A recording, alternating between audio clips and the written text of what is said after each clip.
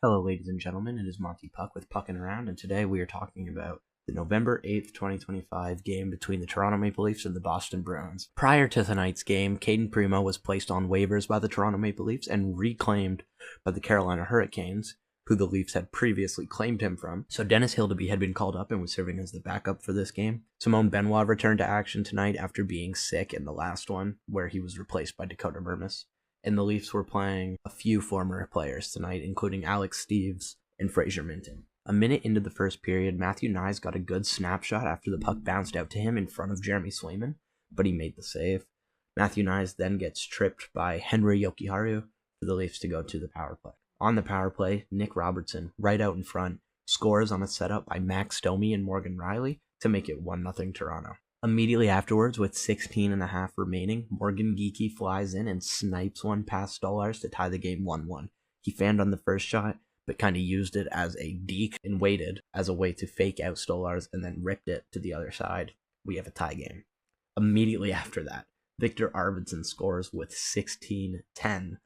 Dakota Joshua was curling in front of the Leafs goal, but Pavel Zacha managed to knock the puck loose. Arvidsson gets his stick on it and he rips it. That was the third goal in 38 seconds, and it's now 2-1 Boston, despite less than 40 seconds ago being 1-0 Toronto. Insane start to the game. Then, with just under 7 minutes to go, the Leafs are on the power play, getting some okay looks, and it expires. But immediately as it expires, Nick Waugh behind Boston's net passes the puck between his legs out front to Matias Maccelli, and he rips it post and in to tie the game 2-2.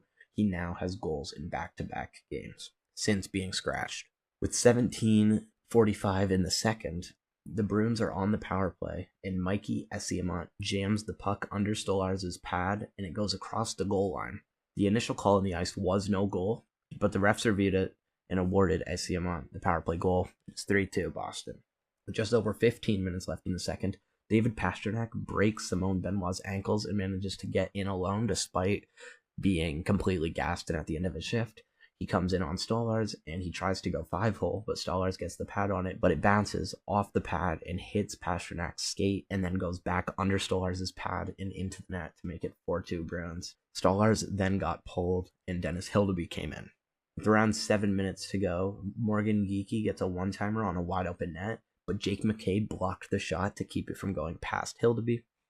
Then with around 6.5 minutes to go in the second, Nikita Zadorov laid a high hit on Scott Laughton, who was only in his second game back from injury and his second game this season. And it was an elbow to the head. It was a high hit. Zadorov kind of has a reputation for doing stuff like this, and I don't want to outright say that it's intentional. We've seen this a lot with taller players, such as both Big Z's, Zadorov and Zdeno Chara, and other players as well. So I hope that it was an accident. I hope that Scott Laughton will be okay. It has already been announced he will not be playing tomorrow. Obviously, he left the game right after. He's very slow to his feet, went immediately to the locker room and did not come back. And he will not be playing tomorrow against the Hurricanes. So after the elbow to the head and Laughton being laid out, Bobby McMahon just runs up to Zadorov, and Zadorov drops the glove immediately and starts swinging, so McMahon drops them and fights. He manages to kind of hold his own despite the weight class difference, although you can obviously tell Zadorov held back and wasn't just trying to absolutely pummel him. But McMahon was trying his hardest, doing some grappling, some wrestling, throwing a few shots. It's more about the act of defending a teammate and standing up for somebody than it is about winning the fight, and Zadorov knew that. He dropped the gloves because he knew, okay, even if I didn't mean to, I just hurt a player, and this guy's coming at me. We have to fight. It keeps things from boiling over and getting even more intense. Then, with about 3 minutes left in the second, John Tavares scored on the power play, assisted by William Nylander and Oliver Ekman-Larsson to make it 4-3 heading into the third. Just over 11 minutes to go in the third, Max Domi gets into a bit of an altercation with Mark Kastelik, and he pulls him to the ground and pulls his helmet off. Then, while Domi's down, Kastelik cross-checks him, and the refs make no call on either guy.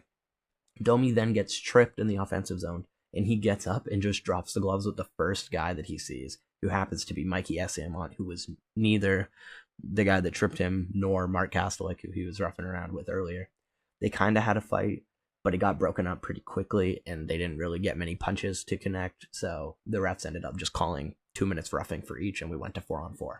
Then with about 4.5 minutes left, William Nylander took a shot that went wide, and a rebound came off of the end boards, and he fired it and began to celebrate, thinking it went in, but unfortunately it did not. The puck hit the crossbar, the post, and then Jeremy Swayman's it was either the back of his leg or the top of his skate, bounced off of that and went back into the corner. It somehow did not go in, despite him having a pretty big target to shoot at, and he was the most shocked of anybody. They kept showing the reviews, and the crowd in Toronto kept cheering, thinking it was in, even though it was not in.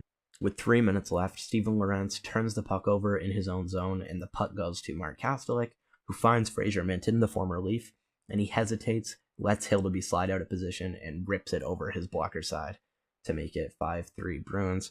The Leafs will get a power play and pull the goalie later on, but were unable to get anything going, and this game ended 5-3 with the Bruins taking it. I hope this Scott Laughton will be alright, and I'll do my best to keep an update on that. Joseph Woll also played the first 36 minutes of the Toronto Marlies game tonight and surrendered 3 goals. I don't know how that game ended, but I will be sure to keep you guys updated on Laughton and Woll. Thank you guys for listening. Please leave a like, comment, and subscribe for more Maple Leafs news, and I'll catch you in the next one. Peace.